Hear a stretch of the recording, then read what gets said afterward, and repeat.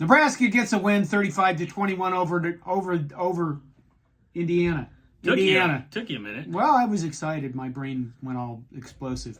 Let's see. Indiana started out this game with a false start penalty on their first play. They did. Was that foreshadowing? Not false start.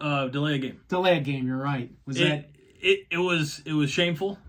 It couldn't have happened to a better group against a better team, and I'm thankful that they decided to come to Lincoln and shit the bed. So Greg's at my house. Can you believe it? And so hallowed ground. There's two things that probably have to happen for the rest of the season for Nebraska to keep winning. I got to come here every week. And I have to wear the power beanie of winning, which is odd because I put this on in the third quarter and then Nebraska won. Because in the second quarter, we had a 2-score lead and we gave it up in 5 minutes. And then, I don't know, what impressed you the most? I would say maybe the resilience of the offense. Casey Thompson took some shots, had some challenges. Maybe at one point they said they just put Chubba Purdy in a possession that did not go very well. But he came out and, like you said, from about the time you put on the power beanie of winning, that it was he was slinging it around, and they didn't. I don't feel like they lost their composure this week. I felt like overall, when that last possession, they just, even though I don't think they scored, they just kept going down. They put the boot on the throat of Indiana, and that's something that we haven't seen in a while. You're right about the whole Purdy thing, bop the ball up in the end zone and give up a touchdown thing was a very bad thing that happened. It was. And then they didn't fall apart. Because they went into halftime, and the halftime speech by Mickey Joseph was the equivalent of, I'm going to tell them how I feel about that. Right. And it was largely on the penalties, which if oh my God. If you take away that mental miscue by Chubba Purdy, the fact that, they were backed up, it was a bad spot for him to be in. You take away the penalties, then the game's not even a 14-point game. It's a 21-point game, and we feel a lot better about it. Then you throw in the fact that we had a special teams touchdown. Oh, that's true. Yeah, we did. A blocked punt, picked up and gone the other way.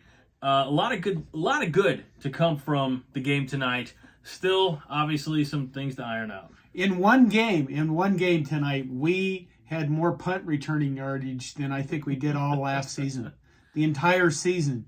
So that's a step in the right direction. And also, I like the way, even though they allowed Indiana to get back in, again, not completely all their fault, but the defense held. We saw some of the playmakers make big plays. I thought Marquise Buford Jr. had a nice game. Reimer, Henrich came in. There was a play late in the game where Nick Henrich comes in out of nowhere to just a beeline for the QB, and he forced the Indiana QB to throw it away. It was, it felt like a different defensive mentality tonight. You mean like they felt like they could actually win or play football? It felt like they came to show up. We still got to figure out what the hell to do with the offensive line. But I feel like the other facets, and look, I'm not saying that beating Indiana, beating 3-1 Indiana is solving all the problems, but it goes a long way. You can put a little bit of confidence back in these men rather than losing to 3-1 Indiana. Long way to go, certainly, but I think some strides happened here in the last 2 weeks. You know what happened tonight? A W?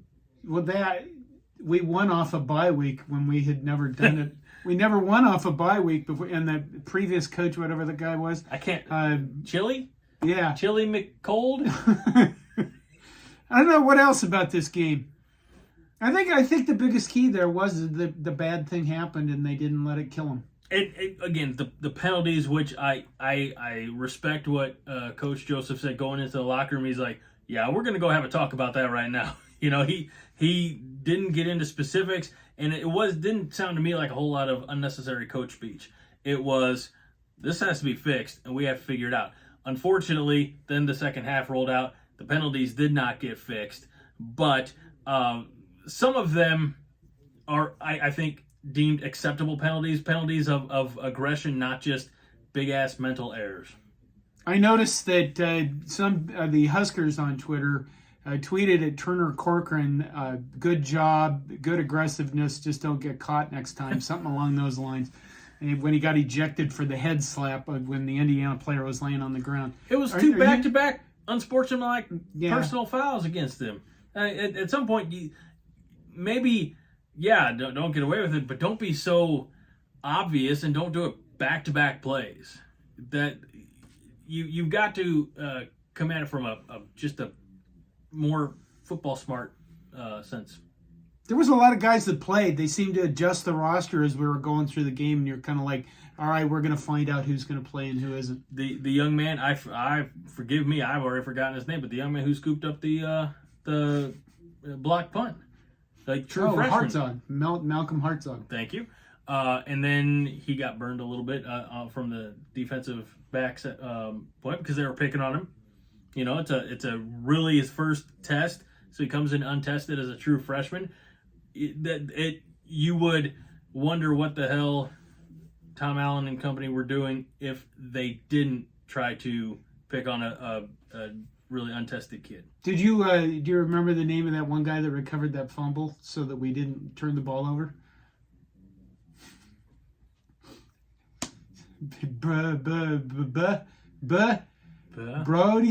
Brody Belt, that guy. Who?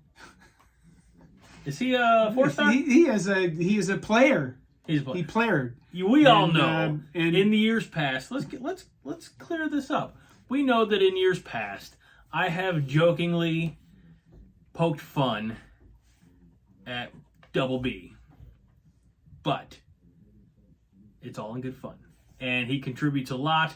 He's a 5-heart guy. I'm proud of him for all of his contributions on and off the field. I feel like Casey Thompson to Trey Palmer could be a thing for the entire rest of the season. You made the comment early in the game that's like they should throw to Palmer 30 times.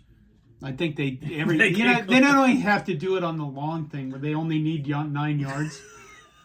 Hey, 9 yards, 71 and a touchdown, whatever. But they have feel like they have a good chemistry, and I was really surprised that this was Trey Palmer's first 100-yard game.